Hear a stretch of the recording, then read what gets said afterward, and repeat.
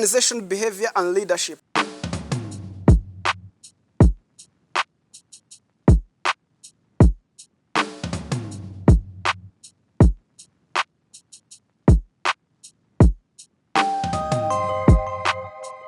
Organization behavior and leadership. Welcome again. This is your courses where we get more explanation about the organization and how the employees or even the bosses should work with. So let's start. I would like to introduce some questions which is likely to be used and to be commented by many peoples and many employees where they don't know what factors that do affect an organizational behaviors. Already, as you know, the organizational behaviors are those attitudes and characters that raised by an employees within an organization. As you know, an organization are those enterprises or a business that linked together. So in order to increase the productivity or even to increase the revenues. So I would like to talk about 20 factors that affect those behaviors. These behaviors or these factors are divided into 4 categories. One is what we call individual factor. The next is on organization or environment factors. There is also what we call group factors, and the last one will be what we call societal factor or society. So let's start from what we call an individual factor. And individual factors are those factors which from a personal itself. Ugenekereje mu Kinyarwanda turi kwiga isomo ryitwa organization behavior cyangwa se imico abantu baba bafite mu kazi runaka, kuko byanze bikunze ibigo mu bigo abakozi barimo bagira imico itandukanye. Rero tugiye kureba ku bintu bituma habaho kugaragara ku iyo mico, cyo bita factor that affect cyangwa se ibintu bishobora gutuma iyo mico ibaho. Rero twabishyize mu byiciro bine, nibyo turaza kuganiraho. Ikintu kitwa individual cyangwa se umuntu ku giti cye, turanareba noneho no kuri kitwa society cyangwa se societal factor za society cyangwa se ahantu umuntu abari. Hanyuma turaza no kureba mu kitwa group, kuko akenshi muri na group nayo iba factor cyangwa se abantu mubana, abantu mukorana, ibintu nk'ibyo ngibyo. Hanyuma turaza no kureba no kuri environment. Sasa rero ibidukikije, ni ibidukikije. Sasa rero reka dutangire ku kintu kitwa personal trait. A personal trait, I wanted to explain this in a deep because it has a great role in affect organizational behaviors. It plays a great role because like here for the personal trait, there's some motivation that caused by a person itself. For instance, there are some people who do from a poor families, and where all eyes of that family focus on that person. Like in example at university, there's some parents who believe that because my child or my daughter or even my girl has gone to university, so I'm going to be rich. Yeah, he do based on that one. When that people's on when that girl or boy reach in an organization, there's some characters that he do arise than those who are not like that. Nikina ndi kubabwira hano kuri personal trait, akenshi ni za factors ziba ziguturutse. Dufata urugero, hari ukuntu usanga nk'umwana runaka ugasanga umuryango niwe bose bahanze amaso. Ati umwana wacu b'Kigali se, ati umwana wacu bahariya atazadukiza. Ni usanga nono nk'abantu bagize amahirwe yo kwiga, ugasanga umwana wacu agiye kwiga muri kaminuza, umwana wacu agiye kwiga muri segonderi, nyine ugasanga ni wowe bahanzeho amaso. Rero iyo bimeze gutyo, uwo muntu uburyo ashobora gukora mu kazi bitandukanye na wa mwana wagiye ntabe iwabo bari kuvuga ati najye gusigarayo, nise twabigenza gute. Hari abana benshi bajya mu kazi cyangwa se bajya hano bitewe nuko babuze aho bamusiga cyane, mukunda kubibona. Rero iyi individual factor cyangwa se iyi personal trait ni za motivation ziguturukamo. Hanyuma akandi ni cyo bita motivation yo ku giti cyayo. Ikintu kitwa motivation, hari what we call it's the things that push you to do something or that makes you weak. A motivation is also referred as some incentives, some awards you do receive or you do given in order to do something great or at an excellent level. So this motivation, it is included in two ways or in two tips. There is what we call intrinsic and what we call extrinsic. This motivation, it plays a great role even in productivity and even in a job discussion or in a job performance. Hano cyane ndikobwa hano kuri motivation iho umuntu aba motivated cyangwa se umuntu aterwa imbaraga n'ibintu byinshi bitandukanye, hari biba biguturukamo, hari biba bitewe nuko abandi ubabona ukareba umwana uko ari nakubwa ameze gutya nange reka nkore kugira ngo nzabe nkawe. Noneho hari ukuntu usanga noneho iyo ni intrinsic. Noneho hari extrinsic, handi uba motivated noneho na environment ibiri hanze ukuntu ibintu bimeze, wareba ukavuga ati ariko ko mu rugo bimeze bitya, ati ko mbona kwa runaka aho bafite urugi kuri wese twebwe akaba ari umufuka ka motivated n'ibintu uri kubona biri out. Naho intrinsic aho bitandukanye, intrinsic ni kwa kundi ubusanga wibwira mu mutwe wawe, hari ukuntu ubusanga utekereza atariko ukumva amajwi ari kukubwira atariko niba utari gukora uzi ngo uzabahute kiwanyu nta muntu wizeye wanyu ko nta gasambo bagusigiye uri kubona uzabahute. Nyine ugasanga wowe ubwawe hari ibyo uba wibwira biguturukamo bidatewe n'ibyo wabonye, bidatewe n'ibyo abandi bagiye bagupushingira, ahubwo ugasanga wowe ubwawe ku buryo uvuga ngo sha ati nakoze no gupfa napfa kora ko nta muntu mfitiye impuhwe. Ibyo rero ni ibyo bita intrinsic na extrinsic. Intrinsic ni from internal, extrinsic ni za motivation zituruka out there external. No, let's go for the values and the beliefs. Reka tujye for what people believe. People has different beliefs. Yes. And let's try to classify it as a myth. I may believe something that even the peoples who discovered the NX, he died without finding it. There are some people who do believe like that. And there are some people who do say that even people who called it a job, he did not finish it. Uzumva abantu bavuga ngo usindi gukorera n'umuntu wavumbuye X yarinze afata yibonye ugati n'umuntu wakisa akazi yapfuye atakarangije. Ugasanga umuntu bitewe n'imyizerere za values na za beliefs ze zitumye adakora mu organization. Rero niyo mpamvu a bosses cyangwa se nk'abantu bafite ibigo cyangwa se abantu muyoboye mugomba kumenya beliefs zabo na za myths zabo. Akenshi ubana n'abantu ukunda kumenya imitekerereze yabo bitewe nyine n'ukuntu ubona umuntu. Hari umuntu ubona ukabona nyine gukora bisaba kumwinginga, bisaba kumushyira supervisor, akugasanga hari n'umuntu ukora batanamuhagaze hejuru ugasanga gasanga yabaye accountable nyine yibwirije. Rero na values na beliefs ubwo no kuvuga ngo personal values shapes decision making and behavior in a workplace. Reka tujye ku kindi cyitwa skills and competence. The skills that you have, the experience that you have, or an expert, the level of expert may push you to do something or may raise a good behavior and a good productivity within a job. No kuvuga ngo hano ho tujye kurira ku kintu kijyanye n'ubumenyi ufite. Iyo umuntu ari mu kazi bitewe n'ubumenyi afite ashobora gukora ibintu neza cyangwa se nabi. Urugero nk'umuntu uri ku rwego rwa doctora, urabona ibintu akora ntago bihwanye n'ibyo umuntu warangije imanite cyangwa se bano baba A0 cyangwa se bafite za A1 baba batandukanye. Umuntu wize menshi abazi gukora neza kuruta uwize makeya. None ufite skills ziri hasi n'ufite skills ziri hejuru, the performance are different. Rero bino byongera n'ikintu cyitwa kwiyumva mu kazi. Ibyo bintu nabyo mugomba kumenya nk'abakiri, kuko iyo umuntu afite amashuri menshi uburyo yitwara bitandukanye na wundi utagize. Uyu nguyu we umudokiteri cyangwa se ufite amashuri yo hejuru niyo asanze office mutayikoze ashobora no kwitahira. Nge nago nyikoze ntago ndakora hano hasakuriye. Akabantu bize imanita araza wapfa kubona mu muhembye umwandiki. Rero expert bino byongera confidence mu kazi, ibintu bijyanye na skills.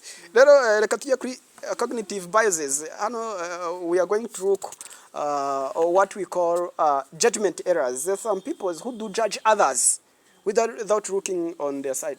Even the Bible says mbere yuko utokora umugogo uri mu ijisho rya mugenzi wawe oya agatotsi kari mu ijoro rya mugenzi wawe banza utokora umugogo uri mu ryawe. Rero hari abantu ubu usanga mu kazi areba ama erazi gusa, areba amakosa gusa, ugasanga umuntu araregana abo ni ikintu kibaranga bamunwa babaregana gusa. Rero aba bantu nabo mu kazi babamo ugasanga mu kigo umwe atangiye kuvuga ngo baranzira undi ati nta baranyaka ati nakora iki ngo mbanezeze nuko. Ariko niba habaye imikosa ni icyo hanyuyu ijyane n'uyu, niba wenda dufata niba yarazanwe na boss ibyo biramureba muhane turi mu kazi ubundi uzajya kudiringa na boss. Ariko aho kwerekana ko ngo yazanwe na ngo nta umuvugaho ngo yazanwe na runaka, ugasanga wa undi warangiye wakazi na security cyangwa warangiye wakazi n'umukirina ugasanga umufata nabi. Niba habaye ibibazo ugasanga wa muntu wazanwe n'inshuti ya boss ugasanga nta kibamuvugaho, ugasanga harimo kamunyangire kamunyangire. Rero kamunyangire mu kazi ntabwo ari byo. Rero nk'abantu mushaka inyungu, abantu mushaka gutera imbere, ibyo bintu ntabwo bigomba kubaho. Ahubwo we should know how to handle that one. Hanyuma ikindi hari ikintu kijyanye na communication twayivana conflict. Reka tugiye ku kintu kitwa organization factor. Noneho there are some factors that raised by organization or the business itself. Yeah, that should be one of the factors that may be raised. For example, what we call organizational culture. There is some systems or some different ways does any organization treats its employees, treats its properties, treats everything. Here, the shared values and norms within the organization shape employees' behaviors and attitude. The way uzasanga nko mu kazi hari uburyo za norms ziba shared cyangwa se ugasanga hari ukuntu nyine nta kamunyangire kabamo. Mbese ugasanga icyo wamenye ushaka ngo nkimenye, ugasanga niba amategeko n'amabwiriza urayambwira. Noneho hari ukuntu usanga within organization harimo culture itari nziza, ugasanga icyo uzi ko ari ikosa ugasanga ntabwo ukimbwiye. Kana wakumvise nge nkabikora nzi ngo nta kibazo. Dufata urugero nk'ubu nshobora kuba nzi ko kunywa amazi wenda nko muri mu kazi bitemewe, noneho nabiguhisha kugira ngo wenda bazamfatire mu ikosi. Ugasanga rero ngenda giye nkoye ku mazi wenda hari mu kazi kandi bitemewe kunywa amazi mu kazi, ugasanga ngenda bizi ndabiguhishe ugasanga bikuvukiyemo ibibazo. Ugasanga ndi kujya kwifatira y'amazi y'abashitsi yandi babazanye mu macupa, nzi ko nta kibazo, nzi ko ngize inyota, nzi ko nayawe. Ugasanga ni ndayanyweye ntago wambujije, bagiye kunkata 500 cyangwa se baba barashize bihano bikakakaye. Kandi wari ubizi ukabuzi ko wenda kuba nagenda ntasabye uruhushya wenda twebwe tuzi hari ukuntu tuba tuzi doseka ari amakosa. Ugasanga wenda niba hari nk'umuntu ugwamagaye hanze ya company wajya kumwitaba ugasanga umwe ntago yigeze abikubwira, ugasanga nyine ako kantu ko gusharinga za norms za kirazira n'iki ugasanga hari ukuntu culture iba yarabaye shaped, ugasanga abandi ntago bari kwisharinga. Rero the way we do shares some norms, some values that improves some behaviors and attitudes. So let's go for the structure, the way organization is structured, or the way the organization has been built, because there are different ways that organization may structure the way of serving, the way of handling some complaints. Also that matters in organization, because some business, it has what we call a top manager or a boss, and also the lower or the main staff or the employees. In that jobs, it increases or it motivates what we call a norms or even what we call a behaviors. Nicyo ndi kuvuga hari ukuntu business ziba zubatse. Nkuko mubizi haba hari umuyobozi mukuru hakaba n'umuyobozi mutoyi. Icyo cyo dusanzwe tukizi. Noneho uburyo ibyo bintu byubatse nabyo bishobora gutuma habaho some behaviors. Ifata urugero hari nk'igihe ubuzi ko niba ugiye gushaka service runaka uhera kuri uyu ugakurikizaho uyu ugakurikizaho uyu. Kamutekana no kukagari hose usanga hari ukuntu byubatse. Rero uburyo ibyo bintu byubatse nabyo bishobora gutuma habaho za beliefs cyangwa se za behaviors runaka. Dufata urugero niba hari ukuntu ibintu babyubatswe ku buryo usanga bidatanga nta sense irimo. ugasanga hari abayobozi nka batatu kuri post imwe, ugasanga hari abayobozi, ugasanga nta ibyo bintu ntabwo bisobanutse. Rero ibyo nabyo affecting behaviors. Niyo mpamvu muri structures ubundi ya organization hagomba kuba mu bwitonzi, kubera ko the way the organization is structured it affects the organization. Hears and reporting relationship can influence decision making processes and employees autonomy. Let's go for policies and procedures. Policies. The policies are those rules that set in order to guide some activities, policies, or some guidelines.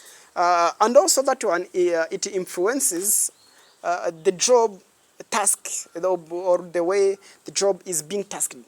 No kuvuga ngo ikintu kitwa policies cyangwa se amabwiriza ya cyangwa se amahame, kwa kundi barashyizeho amategeko n'amabwiriza agenga ikintu.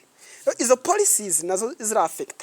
Niyo mpamvu mu kazi haba agomba gushyirwaho suitable policies, kandi all policies should be displayed everywhere. Policies cyangwa se amabwiriza agenga ikigo agomba gushyirwa ahantu buri mukozi aba yazi cyangwa se yarabayabwiwe mbere, hagomba kuba introduction, bagomba kubwirwa mbere. Rero iyo ako kantu katabayeho nabyo byinfluencinga behaviors, ukagira ngo umuntu arasuzugura akanadasuzugura ukatabimenye, ukagira ngo umuntu agira iki kibazo kandi nta kibazo cye, ahubwo ari uko rero atamenye ibintu. Rero nuko ngo policies and procedures, formal guidelines and rules can dictate employees behaviors and contribute organization consistency. Bino rero bituma habaho no kuba hakora neza, kuko izo policies zituma haba ikintu cyitwa consistency nyine guhozaho. Rero mu kazi hari igihe nk'umuntu ubusanga uyu munsi yakoze ibyiza, ejo wasanga yabivanze, abasi umuntu ni satani. Uyu muntu ni iki? Umuntu aramuye mu bwabuke, noze umuntu uyu munsi ibintu yabikoze neza, ejo yabivanze iki. Ariko iyo hariho some policies bituma haba ikintu cyitwa consistency. Hanyuma reka tujye kuri reward and recognition. The way do appreciate the task, a good task, and even for those one who made an excellent works or an excellent activities, they should be appreciated, because that motivates everyone and that improves what we call a performance. Ikintu kitwa twa reward, utuntu kudushimwe duto duto tureshya abakozi bigatuma bakora neza. Akajya barazinduka. Ariko iyo udashimira abantu, uzi ko hari umuntu niyo wakora ututamunezeza, ego ko mana yanyu, ugasanga uko wabigenza kose wapi. Agahora muri ndabishyura mukore nta kana nagashimwe, ntabwo yanakubwira ngo urakoze.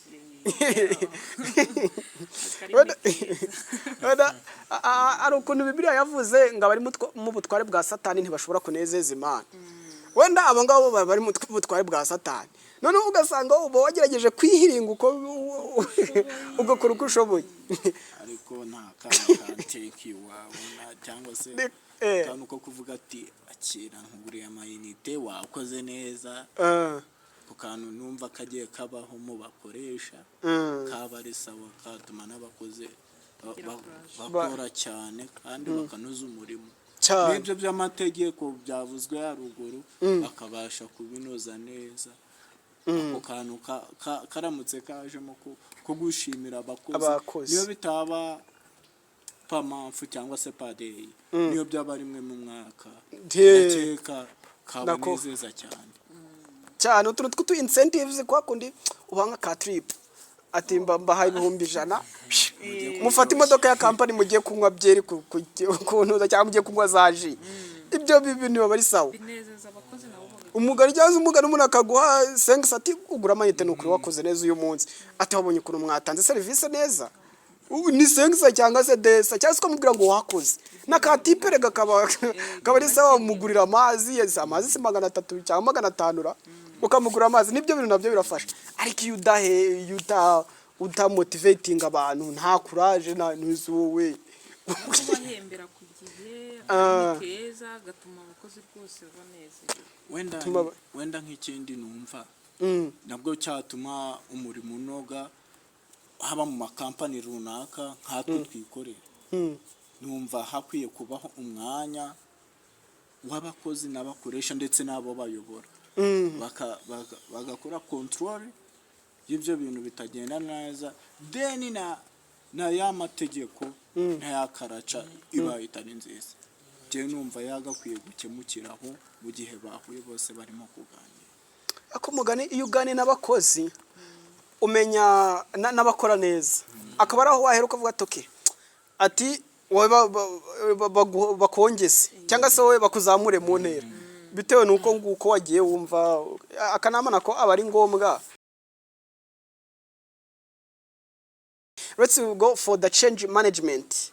The change management, the way when the change rises or anything which is not normal, like in a job, there may be a change, like for employees, like for the way you do perform some job, and also that influences what we call organizational behavior. Hano cyane ndi kubabwira impinduka muri nta hantu hataba impinduka, haba mu kazi haba yose nta hantu hataba impinduka, ahubwo uburyo wa managinze mu kazi hari igihe wenda tugiye nko kugabanya abakozi tugiye kugabanya abakozi ugasanga wowe ntabwo urebye wa mukozi ukora neza cyangwa se ntabwo urebye wa mukozi uzinduka, ahubwo urebye wa mukozi wakuguriye akantu. hari n'igihe akugurira akantu ahubwo yirirwa yicaye hariya ntakora kandi babandi batanga akantu ngo ni agafanta ngo ni agaki niba banebwe niyo mpamvu hagomba kubaho ibiganiro hagati ukabasha kubibona neza. Understanding behavior. Umuntu utanga ruswa ntabwo aba yizeye. Tugomba kumukoresha kuko nta skills aba afite. Ahantu uzasanga nizo conflict zizana mu bandi bakoze avuga ati ngewe n'urunaka wanzanye iki ntacyo wazumvuga. Oya nawe boss aragusuzugura kuko abavuga ni namuhaye akantu wana nakererwa nta kibazo nzongera nkamuhe mushahara neza. Ariko ubashije gukoresha ikizamene ushoboye ufite skills akaba ari uhokazi je numva abari sawa management nziza.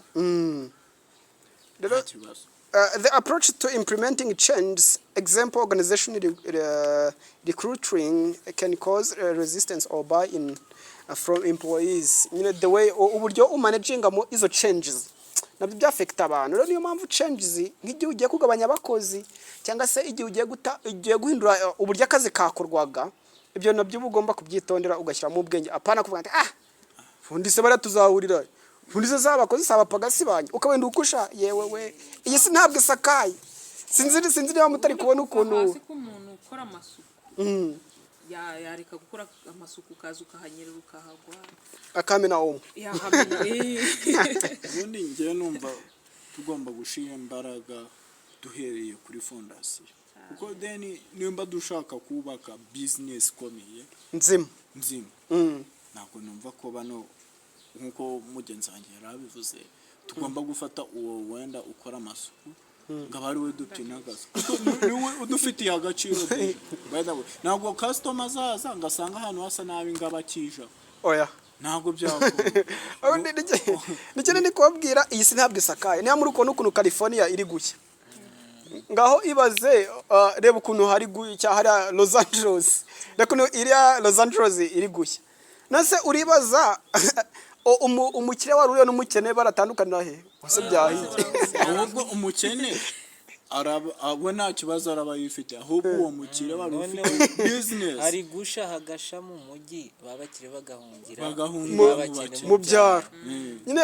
urumva ikintu nshatse kubabwira ushaka kunyihenura aho ndi umucleaner ejo business umujyi wose manika utwika wamara gujya ugasanga nge wari waramenyereye kwibabarira ntacyo mfite cyo guhomba rero niyo mpamvu isi irarotatinga ushaka kuba uyu munsi ukize ejo ugakene ibyo turabizi hari ingero nyinshi tubona rero ntabwo ari byiza kwihenura ku muntu kubera ko ntabwo uzi ngo abanyarwanda nibo bavuga ngo ntabwo umenya aho bwirageze rero kumanaging change yerwa umuyobozi fata imyanzuro nyayo bya change nabyo umenye ku managing hanyuma let's go for an environment factors. Environment factor is a factor 3 where there are some factors that rise from environment or things that are around us, like for example economic environment it affect what you call our behaviors. For instance, economic condition examples: recession impact organization priorities and employee moral.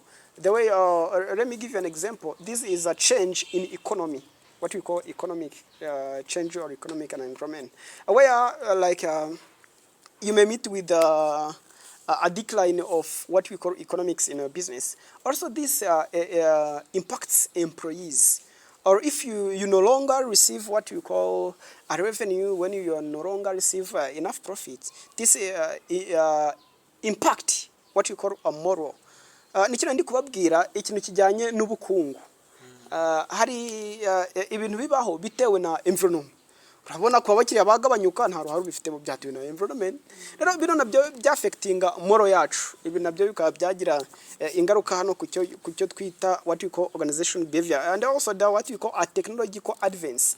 The technology, the way something is being changed, like in nowadays it is difficult to have a successful business where you are not making advertisement, or where you are not making what we call a marketing. That is why I do encourage everyone to know, if you have business, make sure that other people's are knowing that one, or they do know your business. If not, so you will find your business at a danger zone where it is not good. So nicyo ndi kubabwira ku kintu kijyana na technological factor, cyangwa se mu buryo bujyana na technology. Ubundi bitewe nuko ikoranabuhanga riri kugenda ritera imbere. Nk'ubu biragoye kuba wakora business utari kwamamaza. Bizagenda bite, abandi bazagusiga. Rero iyo technological cyangwa se uburyo technology iri kugenda itera imbere, nabyo byafecta organization behaviors. Kora ko dufata urugero niba narakoreye ahandi nkasanga bakoresha amamashini, nkazo wawe nkasanga dukoresha intoki umunsi wose bikabyana tugoye. Urumva uburyo nzitwara aho ngaho biratandukanye, n'umusaruro nagakwiye gutanga umva biba bitandukanye. Niyo mpamvu rero technological advance nayo ikintu kitwa new technological alters how works is performed, influence training needs and impact employee interaction. Let's go for what we call another factor, which is called regulatory environment. This is legal requirements shape companies' policies and influence behaviors regarding to ethics and compliance. The legal requirements. There's something which is legal requirements, what we are required to do, or that based on legal. Because all things are not done on our willings, or it doesn't from on ourselves.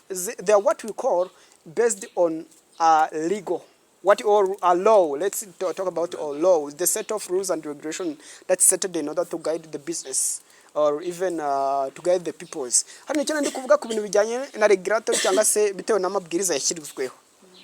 Nabyo byafecta performance, nabyo biguidinga peoples to do something. Urugero niba hari nk'amategeko yashyizweho abagomba kubahirizwa. Urugero nk'amategeko n'amabwiriza bagomba kubahiriza, terms and conditions should be applied or is applied. Niyo mpamvu iyo hashyizweho amabwiriza bifasha kuyobora abakozi neza. Naho iyo n'amabwiriza wakizo buri wese nyine yikorera ibyo. Bisa abazi bijya mbere. Buri wese yikorera ibye yumva kari mu murongo. Ako these regulatory environment zifasha abantu muri compliance no influencing their behaviors, bituma abantu bakora neza, kora ko tuzikora amabwiriza, tuzikora amakosa tutakora. Iyo hari amabwiriza hari amakosa batakora. Reka tujye kuyanyuma yitwa society factors. Society factors, we are going to look what we call diversity and inclusion, and also just one would be work-life balance. Icyo bita diversity and inclusion. A diversity workforce promote different perspectives, impact creativity and team dynamic. Workforce promotes. Workforce where you do involves, it gives you an ability of doing something. Hano nicyo mvuga ngo ahantu uri kase hari umuntu avuze ngo mbwira abo mugendana nkubwira uwuriwe. Rero bitewe n'abakozi muri kumwe bashobora gutuma ukora cyangwa umunebwe. Ako kana ko aba boss bagiye bakarebaho ukuntu abantu bameze mu magroup cyangwa se ukuntu abantu bari gukorana, bituma bamwe bakora abandi bakore, usanga harimo abanebwe. Ikindi rero nicyo kintu kitwa inclusion cyangwa se ako kantu ko kaba kagomba kugenzurwa. Hanyuma the last one, it's work-life balance. Work-life balance. This work-life balance, the people's or the way organization gives a time to the persons or to an employees, it influences their performance, or it also affect the organization to retain. Let me try to explain this in Kinyarwanda. Uburyo ikigo cyangwa se akazi gaha abantu umwanya nabyo bituma wabagumana cyangwa se bakigendera.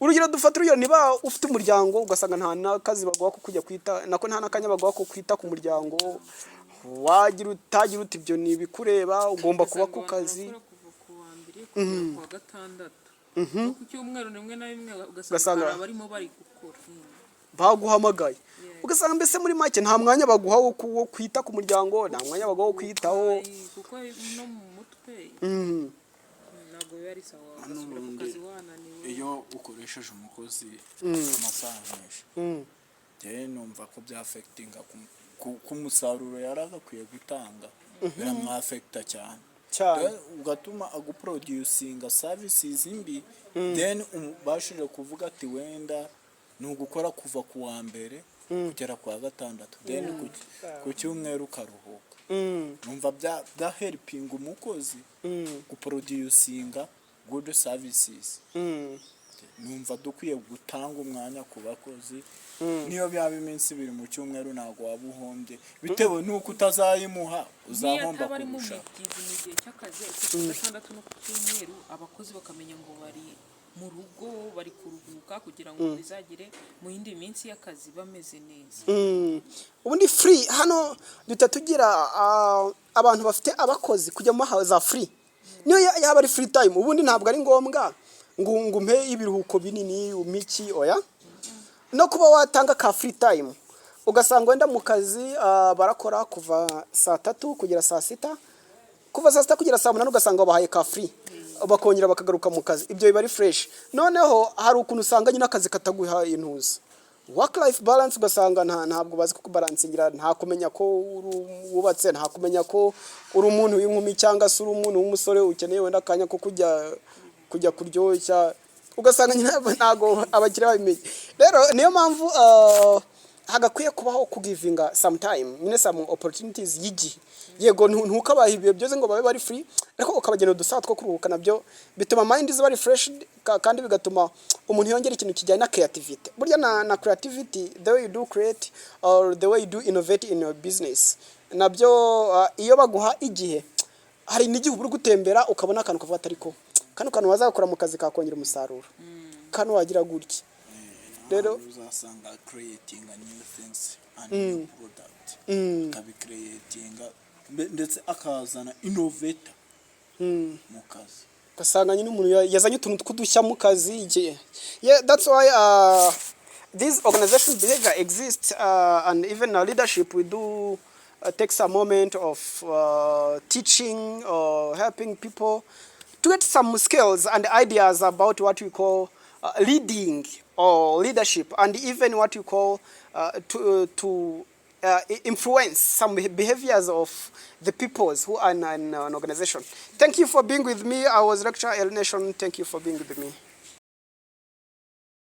Waba ufite gahunda cyangwa uri kwandika igitabo final report dore kaminuza ifite imbuga nkoranyambaga zagufasha mu myandikire yawe.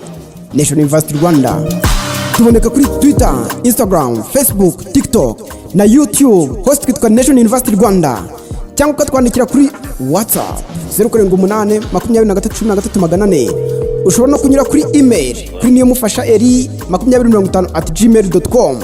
Nation University Rwanda, toil and trust.